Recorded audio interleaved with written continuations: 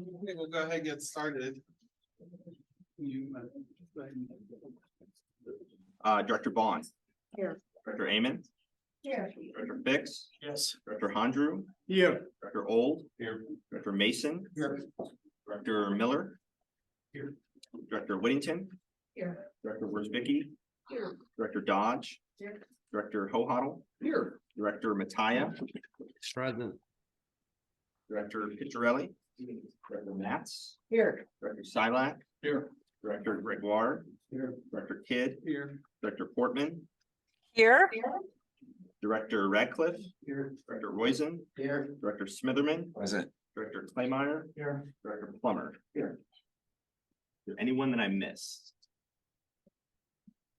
I don't think I got called. Oh, I'm sorry, Director Greenhouse. I didn't see you. Okay, Mr. Chairman, we do have a quorum. Great.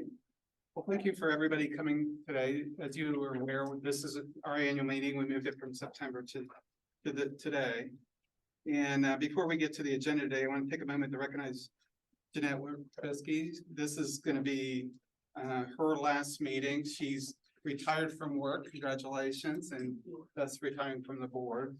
But we're glad to see you go. But thank you for your work on the board. And she's from Region 11. As you know, she served as our audit and finance chair, so thank you for doing that, and thank you for your incredible work, and enjoy retirement. As we typically do, we wanted to have a personal story, and given that this is Jeanette's last day, I asked her to read that, so if you don't mind. Sure. You want me to come up? Yes, please.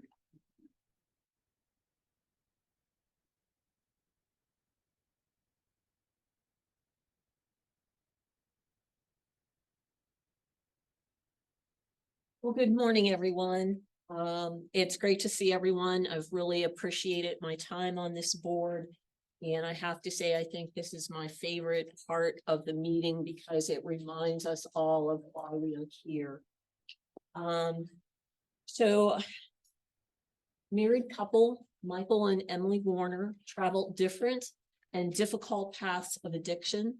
But once together, after many struggles, they not only achieved sobriety, but today are spreading the message of recovery throughout their community. Michael, a two-tour Iraq war combat veteran, wrestled with chronic pain and mental health issues upon his honorable discharge in 2009, and soon was relying on physician-prescribed opioids. As tightened prescribing rules limited access to these medications, Michael turned to street drugs, including heroin and crack cocaine, an all too frequent problem throughout our state. Emily grew up in a chaotic household where both parents struggled with mental health problems and substance use.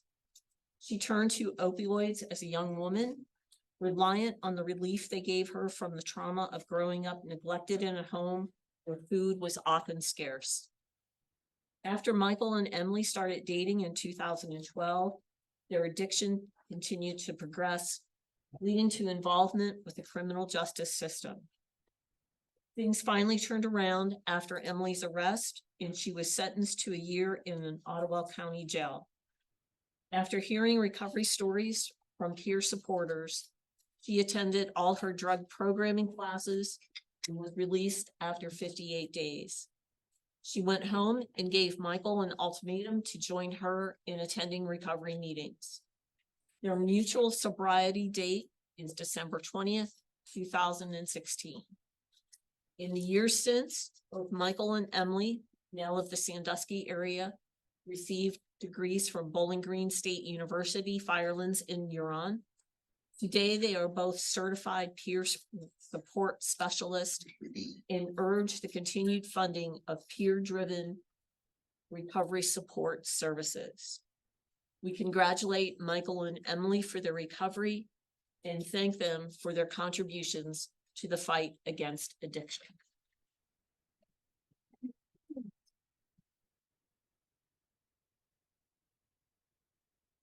All right, we'll move right along to the approval of the meeting minutes. Anybody like to make a motion? So moved, Fix. Great, and second, Second, Matt's. any questions or discussions, corrections? All in favor, signify by saying aye. Opposed, motion carries. Mr. Chairman, at this time, I'd like to substitute, and I've circulated, it says substitute agenda item 6A. Since the agenda changed somewhat, I'd like to substitute item 5A, officers' elections. I've circulated that to all people. That's my motion. And you know, we've looked at, Don and I have talked about this, and I think this is, you know, a good slate. What we're doing, just to explain, you can read it as well. We're adding 2 extra board members to the executive committee, expanding it by 2. And their terms would be same as the current officers, keep the same slate as we currently have. We would develop a nominations committee, which is, you know, I don't know, Dawn, if you thought of that, but it's a good idea because that way we can take the chairs of each committee to be the nomination committee and then put together 4 names for approval on the next election. The one thing I am concerned about, I mentioned to Dawn, and I talked to Heather, our auditor, who will be speaking soon. It's going to be very challenging to change our annual meeting from September to May because we just simply can't get the audit done that quickly. So it would be my recommendation that we move forward with the entire agenda that Don put together. I just conferred, that does not affect the filing of our annual report, which is January to December, Mr. Chairman.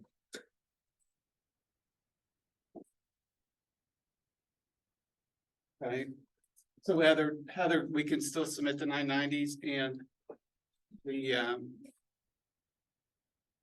don't we give the financial report in the annual meeting? The 990 is due May 15th. And we file an extension, and then the extended due date is November 15th. And that's very common for audited entities. Okay. So with that, I still recommend September, but we do have a motion on the floor. Second the motion. Okay. Any questions or discussions? All in favor signify by saying aye. Aye. Opposed? Okay, motion carries. We'll go right into the audit report.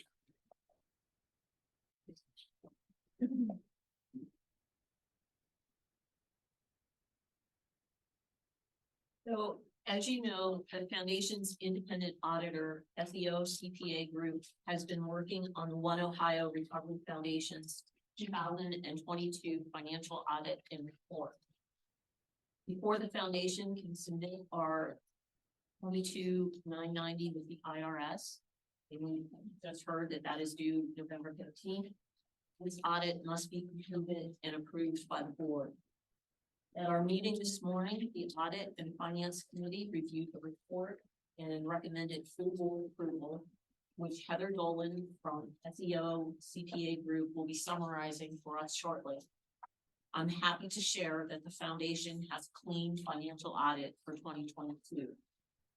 With the permanent executive director now on board, yay, Alicia, there will be items Alicia and her team, along with the Audit and Finance Committee, will continue to address and improve moving forward. However, this report shows the organization established a strong fiscal foundation in our first year of operation. And please also remember to get the information requested by Heather as soon as possible. This is crucial for us as we finalize our filings for the IRS, which we plan to complete and share with the board prior to the November 15th deadline. With that, Heather, the floor is yours. Thank you. Thank you for the opportunity to serve One Ohio as your auditor. We are SEO CPA Group and Heather Dolan with as the audit partner. So, without further ado, let's go to page 1-1. Go to the first page. Speak up, please. I don't have a teacher voice. I will try my best. So in our opinion, the accompanying financial statements present fairly in all material respects. This is the clean opinion, the unmodified opinion that we're looking for. And we are assisting in doing that with the audit procedures performed. The rest of this report discusses the basis of opinion, responsibilities of management, auditors' responsibilities as well. And we perform this in accordance with audit standards. Next item we'll talk about is statement of financial position, showing our assets and liabilities and net assets. So current assets, cash at December 31st, 2022, $621,884. Prepaid expenses consist mostly of insurance, prepaid, and the deposit is for office space. Accounts payable consists of items paid in 2023 or 2022. The next page is statement of activities. Grant income of $1 million came in. In-kind revenue consisting of professional services is listed. This is a very specific nonprofit pronouncement that needs to be accounted for. As in-kind revenue, we'll see the corresponding expense on the next page. Expenses consist of supporting services, management in general, as expected in the first year of organizing the organization. Interest expense, so net changes in assets, $430,504. The next page, statement of financial expenses, out in more detail by natural class, management and general expenses. And you'll see that very last line, in-kind expenses that correspond with the revenue.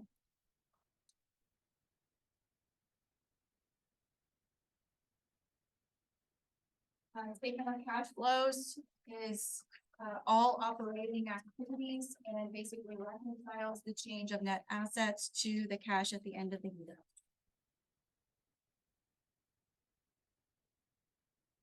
We'll go through the notes to the financial statements rather quickly. The nature of activities, a general overview of One Ohio Recovery Foundation, summary of significant accounting policies, are very much generally accepted accounting principles in the United States of America. So you'll hear me use GAAP as the acronym. The net assets without donor restrictions and with donor restrictions is very much a nonprofit specific announcement. Standard, the rest of that page is standard financial accounting policies. Specifically on page 6-2 is opioid fund settlement grant revenue. And those are, because they're an estimated settlement payment in accordance with the schedule for the opioid funds, they will be recognized as revenue when received in the absence of any conditions stipulated. So we note that even though opioid funds weren't received in 2022, we still reflect the policy here. In-kind contributions. This gives you more detail about the amounts in the financial statements and the policies surrounding that. Functional expenses, income tax, and estimates are the last three items on that are very standard disclosures, as is the next page. The concentration of credit risk, as well as the changes in accounting principles. So two new accounting pronouncements came down the pike in 2022 in regards to lease and contributed non-financial assets, both of which had no cumulative effect of net assets for One Ohio. Liquidity and availability shows the financial assets available over the next year. So that amount at December 31st, 2022 is $621,884. leases. There was a short-term lease with regards to office space, so that is shown there along with page 6-4. The minimum rental payments as well. Related party transactions are reported for transparency purposes.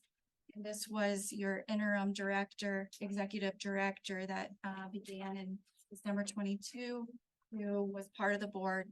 And then in July, resigned from that position, became part of the mitigation is also communicated here, which is not yet probable or reasonably estimated and is disclosed accordingly. Subsequent events. So the foundation did not receive opioid fund in 2022, but we wanted to report in a subsequent events the amount that came in multiple installments of 82,485,810. And the foundation also received over $3 million in bankruptcy settlement also in 2023. Are there any questions?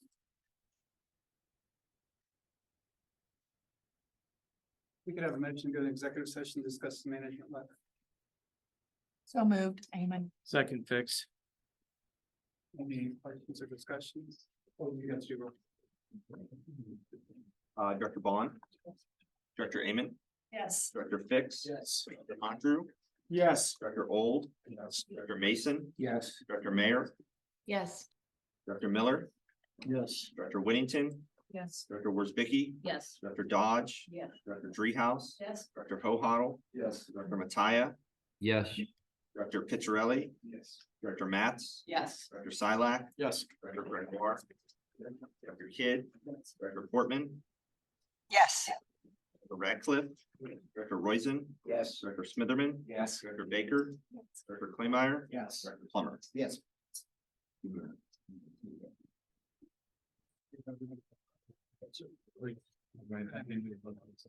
So we're gonna come back to the litigation. We don't want to go back in executive session. We'll do that towards the end. So we'll go ahead and go to Alicia and give the director's report. Well, good morning, everyone, and thank you. And hopefully, let me know if I'm not talking loud enough. Really excited to discuss and have a discussion with you guys, some of the things that I've assessed, and we'll kind of go through those. I really want to hit on 3 points this morning as he's pulling up the slide there. First, I want to talk about a national landscape. What's happening across the country with folks like us who are deciding on funds. I think that gains some perspective of what others are doing. It's always good. Second, I want to talk a little bit about where we are as an organization, an assessment of where I think things are and where we need to go to make sure we get these funds out as quickly as possible.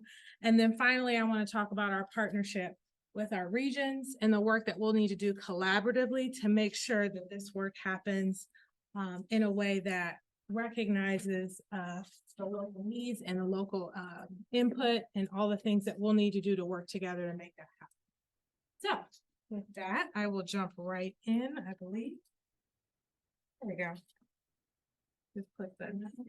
All right, so from a national perspective, although I believe Ohio has been a leader, and I think that'll become more clear in a moment, I think it's important we know how states are managing their funds.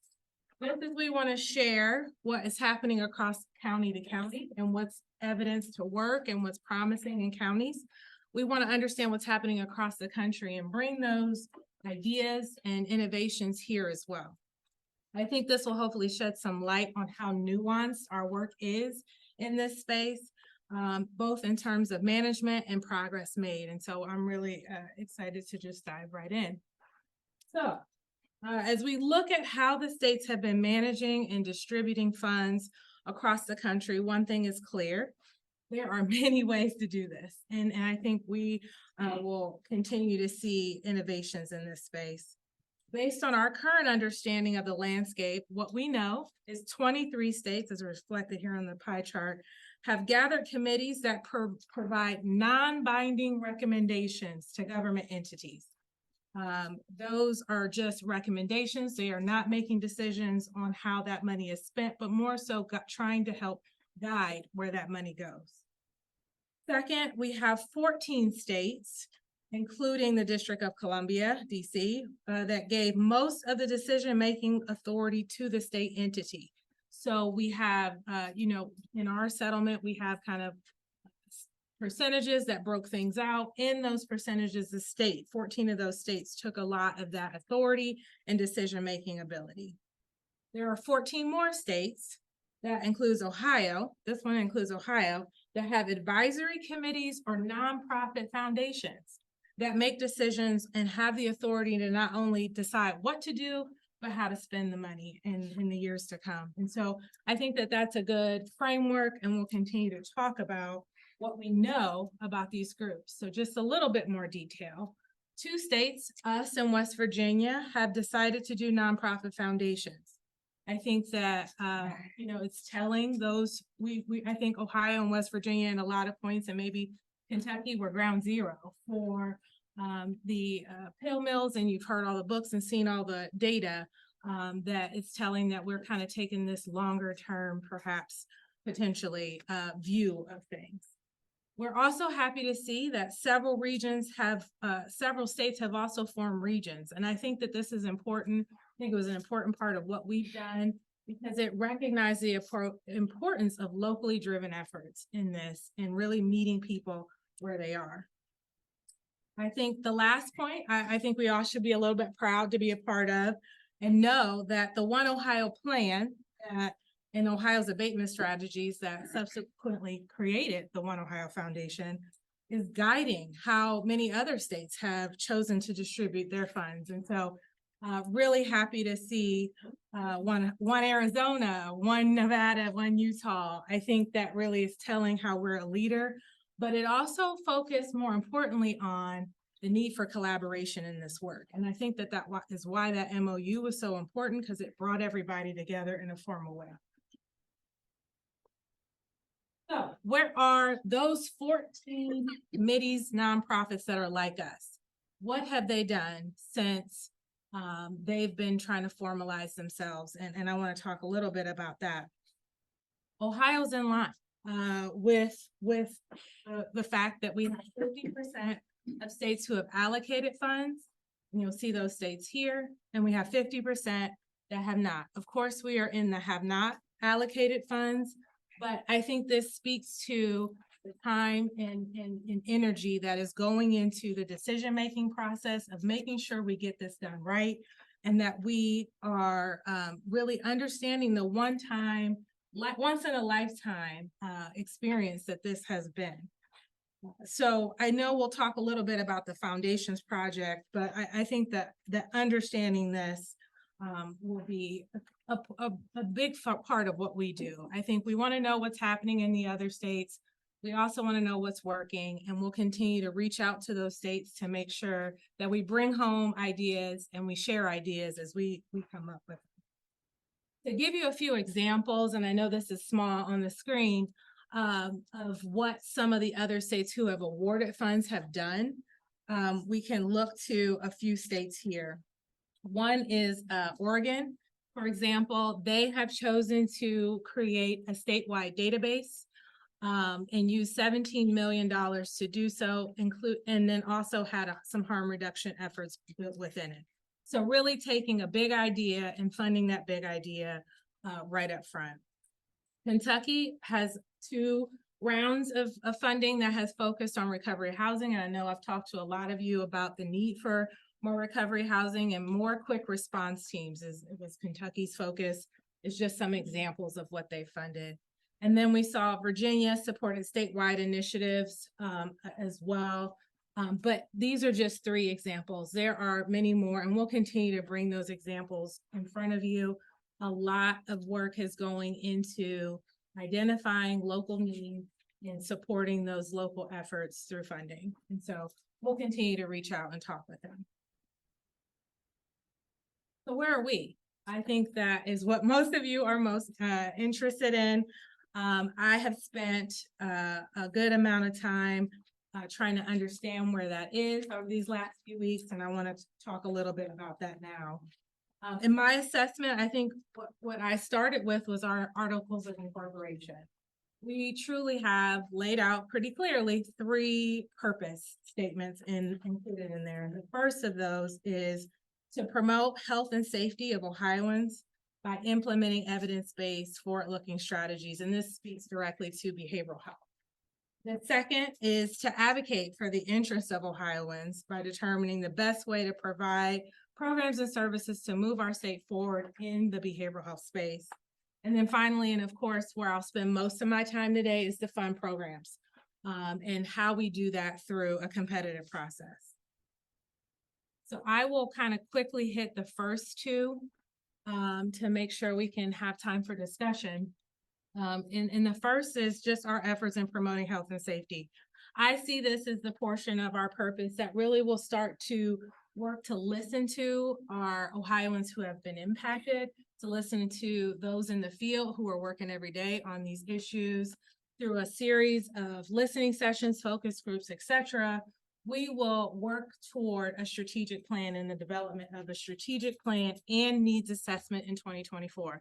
I think this is critical for us to understand who we are and where we want to be in 1 year, 5 years, and well into the future. And so I am looking forward to partnering with all of you to take on this strategic plan, really get into your regions and talk to folks in partnership with you and make sure that we are inclusive of those ideas, what's happening at the county level, say through community health assessment plans. Our boards have our community, they have their community plans as well, really trying to bring all that in to the fold as we develop a needs assessment and strategic. The second area is to advocate, and as you can imagine, it I think is going to be a big part of what we do as One Ohio. And so those advocacy and policy agendas that we create together will be based off of what we find in our needs assessment and strategic plan. And we'll be working collaboratively with our state government, our local government partners, our health systems in our state, our colleges and universities, to really move Ohio forward, hopefully with a shared vision of where we need to be. And I think that there are some really, simple, non-financial things that we can do that I've talked to a number of you about, that we can set an agenda that not only gets some money out the door, but recommends those things that could be duplicated in other parts of the state that we know are working. And so I'm excited to get and dig into this portion of the work next year. Most importantly, I think most on the top of our minds and have been in a lot of these conversations is the funding. Folks have seen the headlines and we know how much money this is and what an opportunity this is to really change the trajectory of our state. And so now that we're starting to build those foundational elements like the needs assessment, strategic plan, policy, and advocacy agenda, we also are not slowing down our build of our funding infrastructure. And I think that that's what we'll spend the most time talking about today, and really hoping to work with the regions moving forward. So, as you know, I started just a few weeks ago, and I've been spending a lot of time with the great grant system that you all have selected. Listen to all of your suggestions and really hearing kind of where folks are across the state. Thankfully, Akoya Go has been very available. I think this was a great selection to bring them in. And we've had several meetings about what we can do to move this forward and what the Akoya Go system really offers in terms of flexibility that I think is really going to help us get done what we need in terms of the uniqueness of our regions, but a process that we all can kind of work towards. So to do that, we have set out some recommendations that we'd like to talk to today around some standardized processes. And our hopes is by doing this, we really speed up the process to get from where we are today, and which we'll talk about in a second, and where I think many of you want to be, and that is putting money out the door. So what we, before we talk about what we plan to really recommend in terms of changes, I want to talk about what's not changing. And one of those things is that regions will continue to have the autonomy to prioritize and fund projects that align with your purposes and meet your local needs. I am not proposing any change in that. And so as a part of each of these steps, you all will have that ability to prioritize projects and meet the local needs that you need. I know that these are high level discussions and we're saying things like applications, scoring rubric. I want to have a discussion about that, but I just want to make sure to start that off at the front that we still want to make sure that we're recognizing that need. The second recommendation here, and really the first change that we're proposing, is that a dialogue around the responsibility for creating their own applications. I've talked to many of you in many of your regions. We find that we will work quickly and help speed things along if we establish one process, one application for all regions to apply to, and we will be able to do so with acknowledging your priorities. And we'll talk more about kind of the grant infrastructure in our next meeting that really allows for you guys to select the priorities that you want to see in terms of applicants. You'll still get all applications. We don't want to stifle creativity. I think innovation is still, an important piece of this, but we will be able to prioritize the things that you all find most valuable. So if, for example, a region wants to see the majority of their applications in the prevention, treatment, and recovery housing space, you will be able to make those priorities within the application, and then subsequently do so in the next point.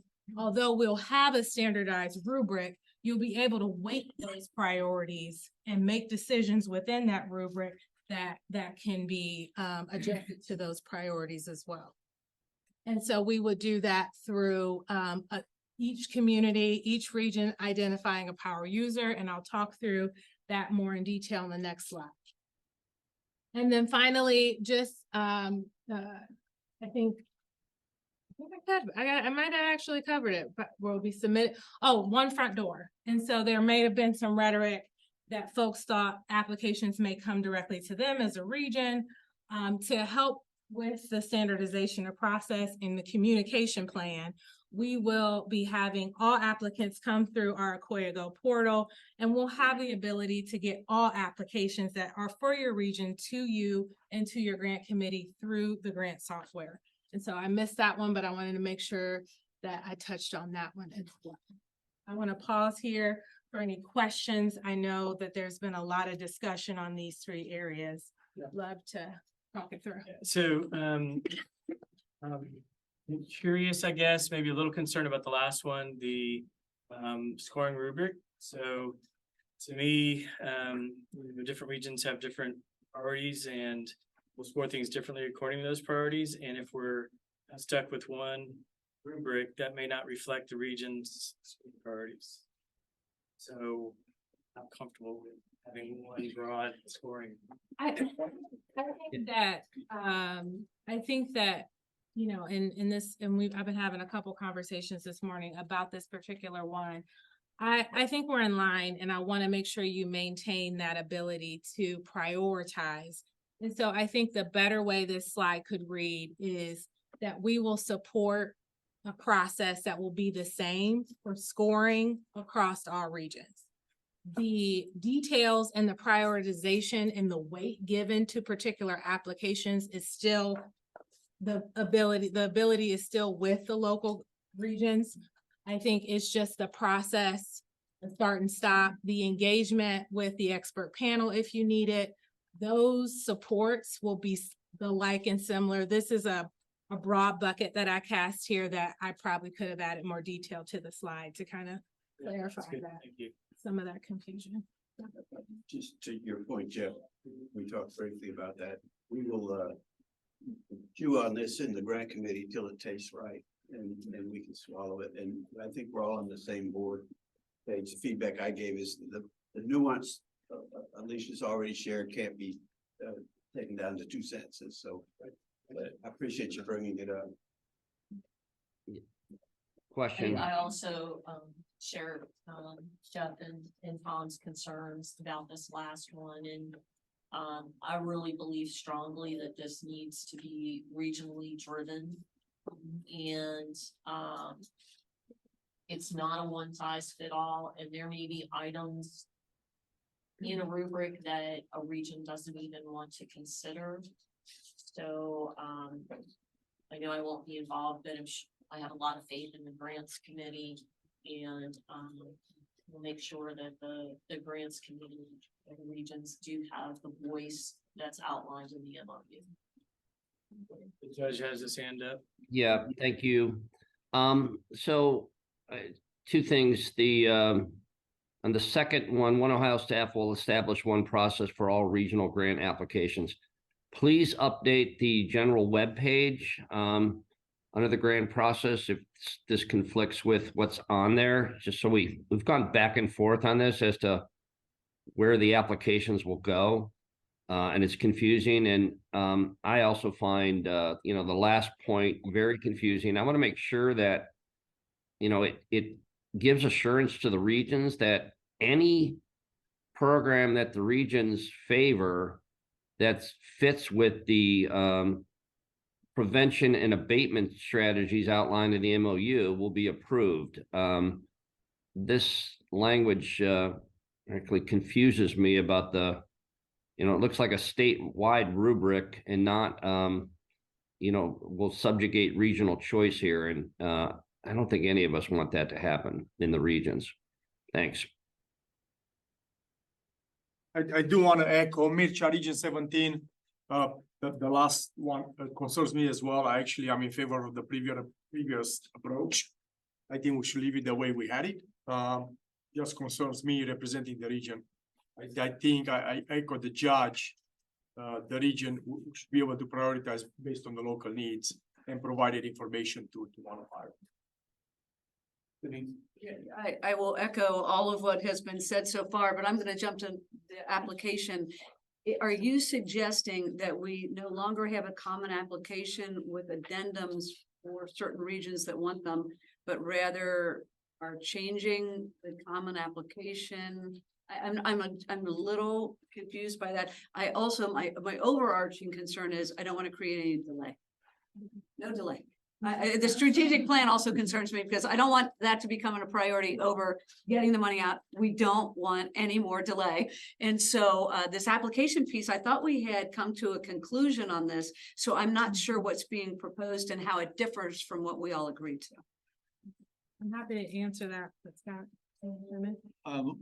Region 4 perspective on the last bullet point is certainly want to maintain our own discretion, but would be very interested in a recommended rubric as opposed to will establish, maybe a recommended. I think that that's fair. And so to just touch on a couple points, I think that, these are recommended updates, but not necessarily, we're not unwilling to move from any of this. We wanted to put something in front of you because I have, and we'll talk in a little bit, have heard some unclear things as I floated around the state over the last month. I will say, to speak to the application, I want to give you all a viewpoint of the application in our next meeting, but to kind of in words describe what I think the edit is here is, yes, we're going to use the great work that the grants committee has come up with and complete and keep the original core portion of the application. What we believe we can build for you with Akoya Go's help is a supplemental aspect to this application. So there will be one front door where folks will answer those core questions that have been developed. But then there will be a pivot point that will allow for, and there's still a lot of work to do to establish what this will look like, but it would allow for a bricks and mortar request application to have different application questions than a prevention and treatment application. What you ask for and are looking to see in a bricks and mortar capital request will look different than what you want, what questions you want to ask and information that you want to collect around treatment outcomes and support. And so we hope to build you and we'll be coming to you with that. Well, so a lot of, all of the things that you've seen already will be there, but you'll start to see these decision tree aspects to the application that'll allow folks who have priorities, I know that many of you do, to really make sure that we can elevate those priorities, do the functional things like weighting in the rubric that we have been just talking about, to make sure that the application is still flexible enough to meet the regional needs. And we'll be talking about this a lot in the grants committee. The process will be reviewed with the grants committee and recommendations will be brought back again to this group once we get the details ironed out and we chew on them further. I have a question. The way I understood it before, and that's what I'm telling everybody, to look at the MOU, that's sort of your Bible. If you submit a proposal that meets the guidelines of the MOU and it comes here, as long as there's no gray area and and the expert panel is okay with it, it goes through. So there's really not that much scoring on our end. Everything is driven by the local regions, as long as they follow that. That's correct, right? Correct. That still maintains true. Okay. So the only thing our expert panel will be looking for are things that deviate from evidence-based practice. And it would be a discussion with the regional representatives and perhaps still a proposal that makes it through, but a discussion would be had. And then you all would have the final vote on what finally makes it through. One more question. Obviously, the question that we are being asked very often in the region is, when will the application be ready? Do we have a approximate timeline for when petitions can submit? All right. So we, you know, in the last 4 weeks, I think I've spent the most time with Okoye in all of you. I think we have a lot of work ahead of us. I don't want to, you know, speak down to that. I think that there's a lot to do. But, you know, the facts are still that I'm working to get us a grant process out in 2024 as soon as possible, with the grant life cycle that I'm putting in front of you in mind. And so what we have right now is currently 4 phases that we want to talk through at a high level. That really gets at the big picture and what we need to kind of check off to get done, to get and be ready. And so these things aren't, I could almost give you a really expanded Gantt chart. These things are all taken off at near and at similar and same times. We're not holding anything and holding any decision-making. We are talking with Tom as our grants chair on an aggressive committee schedule. Many of you who are on the grants committee got a doodle poll to get started next week. We will be plowing through a number of these big picture tasks. And as you can see, there's a lot to do, but we have the support of all of you.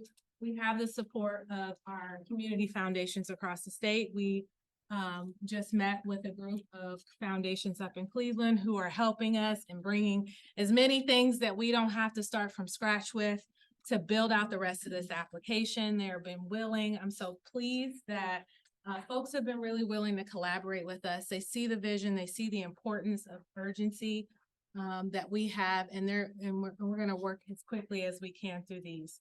As we meet, we will check off everything that we have completed and be transparent about where we are in this process, along with some of the operational needs that we will need to make sure that this goes off without a hitch. And so that also includes the work with the expert panel committee. And I know I've been talking to a few of you about that.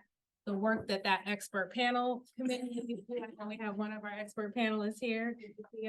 And then kind of working through what they need, what processes they need to provide clear and complete guidance on things like what is evidence-based criteria and what does that mean? What does that look like? And then as questions come up, and this has already come up in one of our regions, that, does this qualify as an approved purpose? We need to have a process to really judge that and support evidence to review and provide an opinion to all of you that we would approve through you all to make sure we have clarity in some of the gray areas that will come up as we go through this process. We also will need the 2024 budget. Our fiscal policy calls for an operational and grants budget, and that will be kind of making its way through the Finance and Audit Committee meetings in November. And finally, we need One Ohio key staff positions, and this is selfishly a plug for me. I think we need some more people to really get this going. I've had a lot of great conversations. We will have here soon position descriptions for this individual, particularly the grants manager, who will really use their experience to help guide this very this body of work. And I think that there's a lot to be said about having the grants manager with experience, and that's what we're doing. Alicia, do you have a sense of what the process will be for the expert panel? I was only because I had a couple of people reach out and say, hey, do you know what they're gonna do with that? And I said, well, today. So. Absolutely. So in terms of the selection of the expert panel, so great work has been done. Applications were open and received at a much earlier point in the year.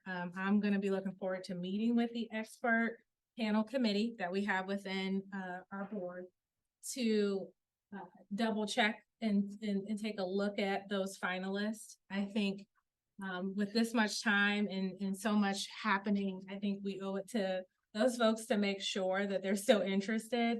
And if we see any gaps, there could be an opportunity for us to open it back up.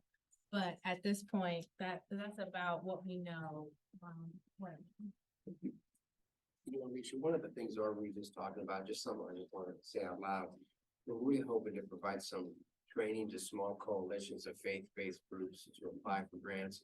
Because I really hope we send a message that it's just not for big players, whatever it is, it can be, but it's also for small faith-based and coalitions. This is an opportunity that we'll never have again. You know, so I don't know if as a foundation, we can provide some training tools or like kit on this is how you, but I just think we will have. I think we absolutely have to have those training tools. I think I am watching what a couple other states have done, and in terms of providing kind of regional grants in a sense, not everybody matches us. And then these mini grants, if you will, of course, you'll have the flexibility to do that within your grant application process and still select the big and little. But I think, and I don't mean to say, but you know, more sophisticated groups who have grants managers and all the people to kind of fill out these applications, we'll have some flexibility in that. And I think that that'll come up in our grants committee meeting on how we want to approach those things. What are the minimum requirements that you all want to see? I know we have that standard set of questions, but is there anything that, you know, we want to support for some groups that are really passing out coats and passing out food for people in the community, and we want to support those efforts as well. All right. Really quickly, I want to pivot last piece to the regions. I know I've had a number of conversations, looking forward to having more conversations with many of you, really with you as partners. We're going to have to do this together. We're going to have to kind of walk a line together to really make sure that the people we serve in the regions understand our process, clear on their steps when the application is available, and then continue to be our partners as we fund.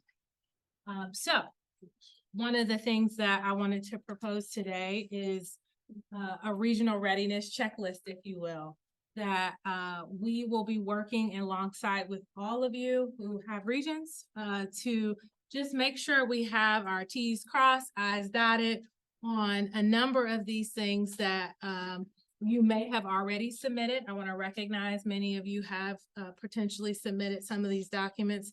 Some of you have noted that things have changed since the last time you submitted them. So we'll get clean versions of your regional rosters, for example, Sarah, who I'll introduce in a moment, has been working really hard on a regional assessment survey that really hits on many of these things. So it's in one place and you don't have to keep sending us information.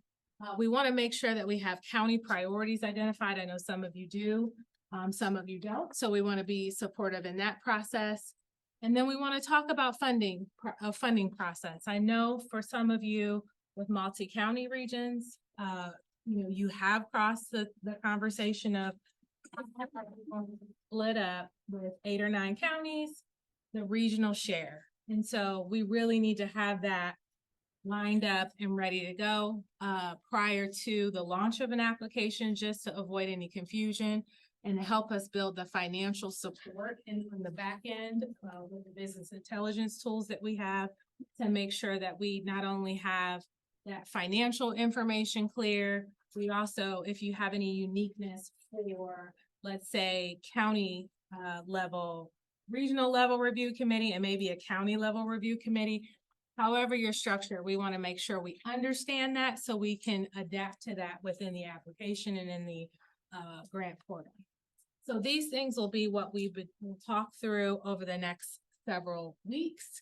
And make sure that we have those in line. But I am happy to say that one of the things that we've been working hard to do is make sure that we kind of done this assessment. And I have my friends Kevin and Connie who have been working hard, and we have communications plans that we've been talking about. But I did want to highlight our newest member to the team, Sarah Anstine. She is our, in effect, regional liaison, who is just a wonderful human being, but also very knowledgeable on these topics. She has experience across the state. She brings that to us, knows what's happening in different communities and can help connect board. And she will be your main point of contact in the regions. To make sure that you have clarity, understanding as these things and slides evolve, as we update our websites and kind of continue to move this process forward. Now that we have some of your feedback today, she will be there to support along with myself. Her and I will be making a tour. I think we have several regional events already on our calendar. We like to add all regions by the end of November. So hopefully we can get to all of you. Thanks, Sarah. With that, I will take any remaining questions. I know that was a lot. But So if I could just make a comment, the checklist, different, awesome, right? Great, thank you. And oh my gosh, we're a year and a half in, we've only got 3 check marks so far, so. It's a long way to go, but thank you for putting that together. It's very helpful to see what the roadmap actually looks like. I'll be transparent, so thank you. Very well. Oh, good. Do you have a question? Yep, question, the timeline for filling out the expert panel. When do we think that will be accomplished by? I think that by the December meeting, we should know what we're doing. I don't want to speak without conferring with the chair of the committee, but I think we are 95% there. We just need to kind of review what we have and make some final decision. Who is the chair of that committee, please? Great question. So, Larry, we'll have to discuss and get back. I think Information. I think that we'll have to talk. Thank you. Can we flip back to the regional readiness checklist there? First of all, thanks for just all the work. I mean, it's gotta be like drinking from a fire hose, right? I mean, just so many things coming at you at once. But as I look at this, I look at a list and I start thinking about my region and thinking, where's the documents that require these things of the regions? Is that in the MOU? Is that in our foundation bylaws? Or are these just things, once again, that you think are important for folks to have, because I look at the word must in this document and it makes me kind of cringe just a little bit. So Yes, I'm not a lawyer and I don't pretend to be one on TV, so my use of words probably was a little cavalier there, but I think this is a collaborative approach, and so I will be more mindful of word usage, but the goal really here is with one goal in mind, which is to get funds out. These are the things we need to establish the application, the processes, the conflict of interest, the legal checks and balances that we will need as collaborative entities to establish a process that works. So that helps. I just want to thank you for your hard work. Presentation this morning. The way I look at this is we're all here trying to stand something up. And it's not personality driven. Because 10 years from now, somebody needs to come back and look at the basic parameters of what they need to do in order to be successful. I would say that. Number two, every region isn't the same. There are some regions like Hamilton County, my good friend, Commissioner Treehouse, who's been working on this a lot. I just know that personally, has a lot of infrastructure in place. But there are other areas across the state that don't. And they might need to lean in on these guardrails differently than other regions are. So just make sure that, I think, having an understanding that there might be some nuances that each of you might do. And Ohio will respect that. But there are also some areas that will really need this type of infrastructure in order for them to function, get up and run and catch up with us. So I just want to thank you. I think this is a good direction, giving us a framework and giving the regions a framework to work from. Thank you.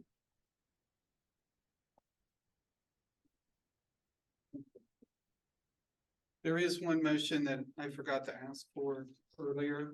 And as people start to finish their terms, sometimes there's a vacant seat. So I would like to get a motion to allow that individual to continue to serve until either they're reappointed or somebody else is appointed. That way we don't have empty seats at the board level. Are you talking about in general? Yeah, for any board seat. So if your appointing body doesn't reappoint you or somebody else right away, then they can continue to serve until such time somebody is appointed. Have we gone through the the code of regs or the MOU to see if, Yeah, Andy says it was. Andy, how's it addressed there? I don't know that it's specifically addressed on. It's certainly not specifically addressed in the MOU. Can we look at it and cover it at the meeting in December then? We can do that. Yeah. Okay, and then I would like to thank Rachel and Julie for serving on executive committee. I forgot to say that earlier. For doing that. And if anybody does want to serve on a committee, please let Alicia know. And we'll do what we can then. Put on the committee. With that, Jim, do you want to? Sure, absolutely. We'll be there. Or...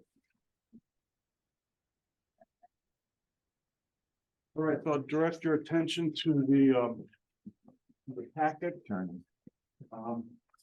And you'll notice the bright red notice on the top of the report. So we're now labeling reports unaudible, right? Unaudible report, cash basis. So everything that I presented to the board, showing the board is then on a cash basis, which is different than what Heather showed you earlier. Right? Cash basis, which is income and expenses out. And so as we move forward into 24 and a year ago, we get that set up, we'll work with the audit finance committee, what kind of report do you want to see? To me, the budget report, what you're spending this budget cycle is probably the most important one, but periodically we can roll out some financial statements that are gap driven, right? Which will give you a little slightly different perspective.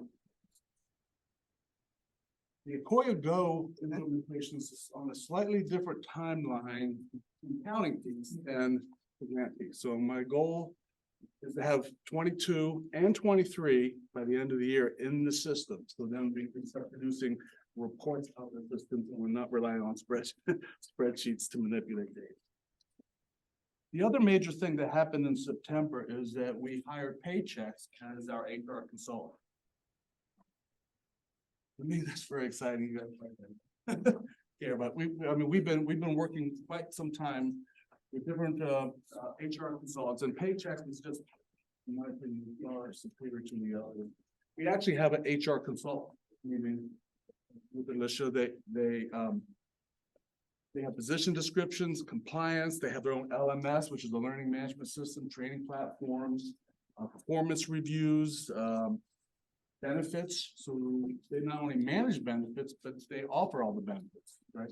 They have benefit plans, and healthcare, dental, retirements, savings accounts, health reimbursement accounts. They do all that stuff. In addition to that, of course, they do our payroll. They process our payroll, pay all the taxes, keep us in compliance with all the state and federal laws, and follow all the reports. With that, does anyone have any questions?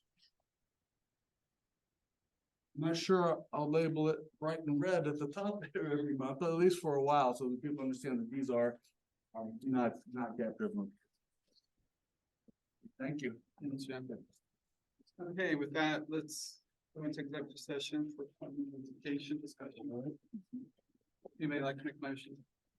Matt's motion to go into executive session. Second, Amen. Director Vaughn. Yes. Director Amen. Yes. Director Fix. Yes. Director Honor. Yes. Director Old. Yes. Director Mason. Yes. Director Mayor. Yes. Director Miller. Yes. Director Whittington. Yes. Director Worsbicky. Yes. Director Dodge. Yeah. Director Greenhouse. Yes. Director Hohottle. Yes. Director Micaiah. Yes. Director Picciarelli. Director Matz. Yes. Director Silac. Yes. Director Gregoire. Yes. Director Kidd. Yes. Director Portman. Yes. Director Radcliffe. Yes. Director Royson. Yes. Director Smitherman. Yes. Director Baker. Director Claymire. Yes. Director Plummer. Yes. We're out of executive session. It's 12:11. All right. Sorry. Any other business? And Motion to adjourn. We need it. I wanted an open discussion. can we mention that, piece in December? Wait a second. What are we doing? It's fun. We adjourn. Not us over to As soon as they come back in. Oh, I'm going to Columbus Club. Oh, wow.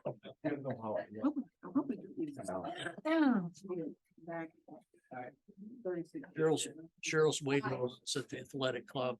Yeah. I guess I'll have to make it to the powers that be without. Take care. Take care. Yeah, yeah. Make a motion to close the meeting. So move to adjourn. Second, favor signify by saying aye. Aye. Meeting closed. Thank you.